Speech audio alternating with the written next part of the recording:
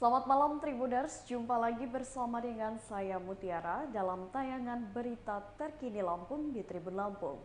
Kami akan menyajikan informasi menarik dan terkini untuk Anda dari berbagai daerah di Provinsi Lampung. Dan inilah berita terkini selengkapnya.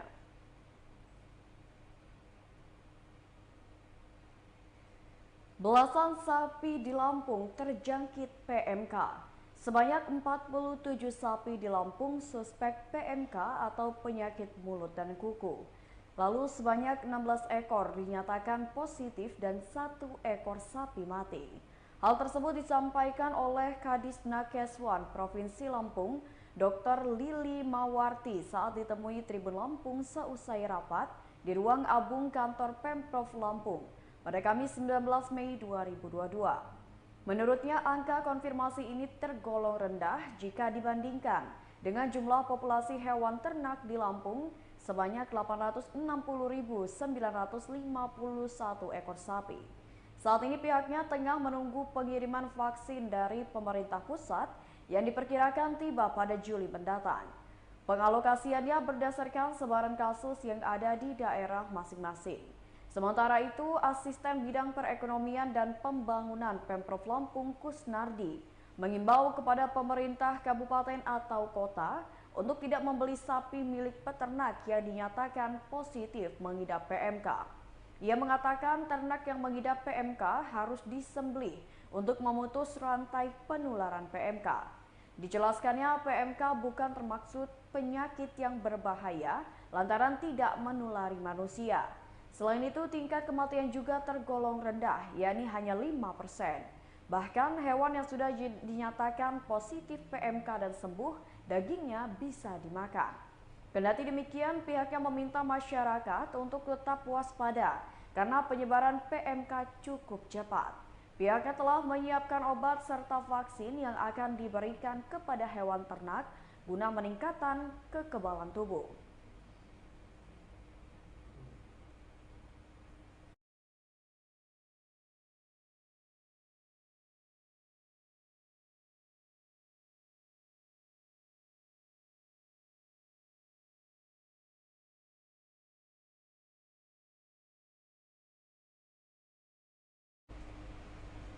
Berita selanjutnya, fenomena banjir rob akibatkan Pulau Pasaran dipenuhi sampah. Daratan Pulau Pasaran dihiasi sampah pada Jumat 20 Mei 2022. Dari informasi yang terhimpun, kondisi ini telah terjadi mulai dari Senin 16 Mei 2022 kemarin. Hal ini akibat dari munculnya fenomena alam banjir rob yang hadir setiap harinya selama beberapa hari kebelakang. Saat air laut naik ke permukaan pulau, sampah dari pesisir Bandar Lampung yang muasalnya dari sampah yang tidak terkelola di daratan dan wilayah daerah aliran sungai ikut dalam hanyutan ombak. Sementara dari pantauan, beberapa sampah di pemukiman penduduk Pulau Pasaran nampak masih mengapung di atas daratan yang tergenang luapan air laut. Di titik terdalam, ketinggian banjir rob sampai pada lutut orang dewasa. Walau dengan kondisi itu, aktivitas masyarakat lokal nampak berjalan seperti biasa. Kata Said, warga Pulau Pasaran hampir selalu membersihkan lingkungan pulau kala sampah hanyut di pesisir. Namun katanya pembersihan itu seakan percuma dengan hadirnya sampah secara terus-menerus ke lingkungannya. Menurutnya sampah yang hanyut membuat Pulau Pasaran terlihat kumuh. Kondisi itu dianggap tidak ideal untuk wilayah yang menjadi sentra produksi ikan asin di Bandar Lampung ini. Warga Pulau Pasaran berharap warga yang bermukim di area perkotaan dan aliran sungai untuk berhenti membuang sampah secara sembarangan ke sungai. Sebelumnya Tribun memberitakan bagaimana sampah menumpuk di area muara Sungai Waibelau Bandar Lampung. Sampah yang terapung umumnya merupakan sampah domestik hasil aktivitas harian masyarakat seperti plastik, botol, dan semacamnya. Sampah tersebut telah mengalir dari Sungai Waibelau di pemukiman warga hingga akhirnya berdiam di pesisir Pulau Pasaran yang merupakan titik akhir dari muara tersebut.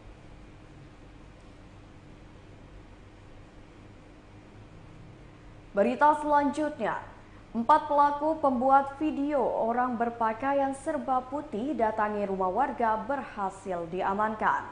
Polsek Pulau Panggung mengamankan empat pelaku yang membuat keresahan warga dengan mengenakan pakaian aneh serba putih serupa jubah dan berkacamata hitam. Penangkapan keempat pelaku yang berdasarkan isu-isu yang berkembang di masyarakat. Isu tersebut juga berkembang melalui unggahan video di berbagai platform media sosial. Pada video tersebut terekam aksi sosok berjubah putih yang mengenakan kacamata hitam mendatangi rumah-rumah warga. Polsek Pulau Panggung pun akhirnya berhasil mengungkap dalang di balik video yang membuat resah warga Kecamatan Pulau Panggung tersebut. Dalam pengungkapan itu, petugas berhasil mengamankan empat pelaku, yakni Pilsan berusia 26 tahun, Ari Fernando berusia 19 tahun, Sera berusia 19 tahun, dan inisial NDS berusia 17 tahun. Keempatnya merupakan warga Pekon Pulau Panggung, Kecamatan Pulau Panggung, Tanggamus. Berdasarkan keterangan para pelaku, motif mereka melakukan aksi tersebut hanya sebagai bahan candaan. Kapolsek Pulau Panggung Ibtu Musakir mengatakan, keempat pelaku diamankan berdasarkan unggahan video aksi mereka. Keempat pelaku selanjutnya diamankan Polsek Pulau Panggung guna dilakukan interogasi demi mengungkap motif para pelaku melakukan aksi tersebut. Agar warga tak semakin resah, Musakir mengimbau masyarakat tidak membuat konten sejenis ataupun melakukan aksi serupa. Musakir menambahkan saat ini para pelaku sementara dikembalikan kepada orang tua untuk dilakukan pembinaan dengan membuat pernyataan agar tidak mengulangi perbuatannya. Sementara itu dalam video permintaan maafnya, Fernando dan Pilsan mengaku rekaman video seseorang memakai mukena putih, masker, dan berkacamata hitam yang viral di Kecamatan Pulau Panggung adalah perbuatan mereka.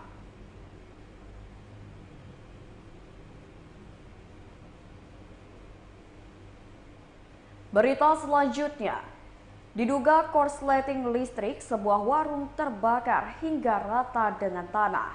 Polsek Rawapitu Polres Tulang Bawang melakukan olah TKP warung terbakar di Kampung Dutoyoso Mulyo, Kecamatan Rawapitu. Hasil olah TKP, kebakaran terjadi diduga akibat korsleting listrik milik korban. Hasil olah TKP dapat disimpulkan penyebab terjadinya peristiwa kebakaran warung ini dikarenakan korsleting listrik. Ditambah tabung gas LPG dan bensin yang terdapat di dalam warung membuat api cepat membesar hingga menghanguskan isi warung. Ia menjelaskan kebakaran warung tersebut terjadi pada pukul 1:45 dini hari saat Supardi, pemilik warung, sedang tidak ada di lokasi kejadian. Ia juga menuturkan bangunan warung yang terbakar itu terbuat dari bahan papan, ditambah terdapat 10 buah tabung gas LPG berukuran 3 kg dan 1 jerigen bensin serta bahan yang mudah terbakar lainnya. Sehingga api mudah membesar hingga menghanguskan warung tersebut. Akibat kejadian kebakaran tersebut, seluruh isi hangus terbakar dengan kerugian ditaksir mencapai sebesar 50 juta rupiah.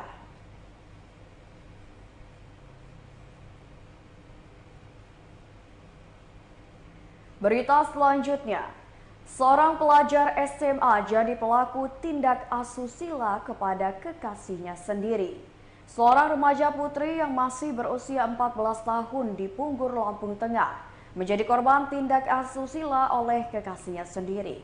Korban berinisial I berusia 14 tahun masih duduk di bangku sekolah menengah pertama. Sedangkan pelaku berinisial M berusia 18 tahun merupakan pelajar sebuah SMA. Kapolsek Punggur Ibtu Mu'alim mewakili Kapolres AKBP Dovi Falevi Sanjaya mengatakan, saat melakukan aksinya, pelaku mengancam korban jika tak menuruti kemauannya. Perbuatan itu terungkap karena kecurigaan ayah korban. Ayah korban curiga dengan anaknya yang meninggalkan rumah tanpa memberi kabar. Menurut ayah korban, anaknya tersebut meninggalkan rumah selama 3 hari dan tidak diketahui keberadaannya.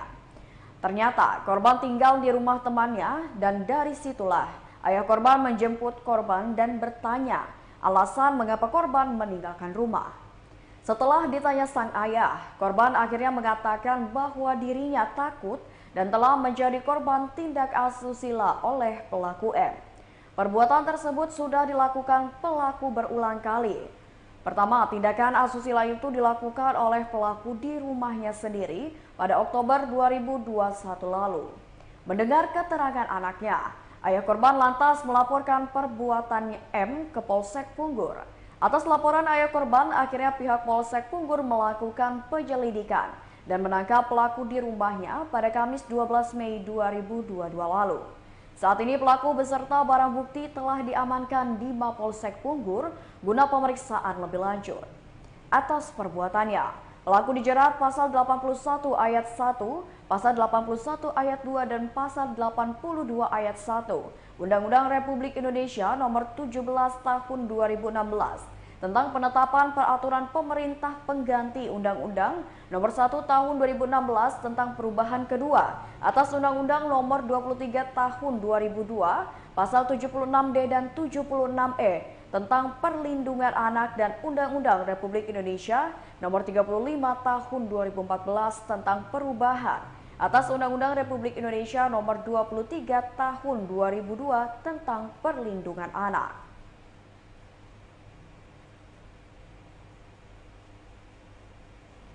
Berita selanjutnya datang dari Kabupaten Lampung Utara. Satu pelaku penganiayaan di Lampung Utara menyerahkan diri ke pihak kepolisian. Seorang pelaku penganiayaan berat di Kabupaten Lampung Utara menyerahkan diri kepada pihak berwajib. Ia adalah RS berusia 25 tahun, merupakan warga desa Skipi, Kecamatan Abung Tinggi, menyebabkan korbannya yang bernama Fregi meninggal dunia. Kejadiannya di depan konter Yayang Sel, Kecamatan Bukit Kemuning pada malam Idul Fitri 1443 Hijriah. Kasat Reskrim AKP Eko Rendi Oktama mewakili Kapolres Lampung Utara menyampaikan, RS diamankan setelah orang tuanya menghubungi unit Reskrim Polsek Bukit Kemuning ingin menyerahkan anaknya terkait peristiwa pengeroyokan pada malam Idul Fitri. Kemudian Polsek yang menerima berita berkoordinasi dengan tim TK 308 langsung mengamankan ke Mapolres Lampung Utara. Saat ini RS tengah dilakukan pendalaman pemeriksaan oleh penyidik di Polres Lampung Utara. Kronologinya, korban yang melintas di depan konter Yayang Sel mendapat perlakuan kasar dari tersangka pada Minggu 1 Mei 2022 sekira pukul 22 waktu Indonesia Barat. Akibat perlakuan tersebut, korban melakukan perlawanan dan akhirnya terjadilah pertikaian antara korban dan tersangka yang dibantu rekannya. Mendapat laporan, Polres Lampung Utara langsung mendatangi lokasi kejadian dan mengidentifikasi para pelaku. Namun saat itu, para pelaku telah melarikan diri hingga pihaknya menerbitkan daftar pencarian orang. Tim TK 308 menindaklanjuti dengan melakukan penyelidikan dan mendapatkan informasi bahwa keberadaan pelaku di Jakarta. Lalu dilakukan pengejaran ke Jakarta Utara. Ternyata posisi pelaku mengarah ke Pelabuhan Merak dan akan menyeberang ke Pelabuhan Bakauheni. Polisi lantas melakukan penyekatan di Dermaga 2 Pelabuhan Bakauheni. Pelaku pada saat tiba langsung digerebek dan berhasil diamankan DC bersama rekannya. Malam bersamaan, pelaku utama yang sudah diterbitkan DPO yakni RDT berusia 25 tahun alias RD merupakan warga desa Skipi, Kecamatan Abung Tinggi, Lampung Utara menyerahkan diri ke Polres Lampung Utara. Masih menurut Kasat Res, setelah dilakukan pemeriksaan lebih dalam terhadap terduga DC, dirinya diduga kuat sebagai pelaku penganiayaan dan melakukan kekerasan secara bersama-sama terhadap korban.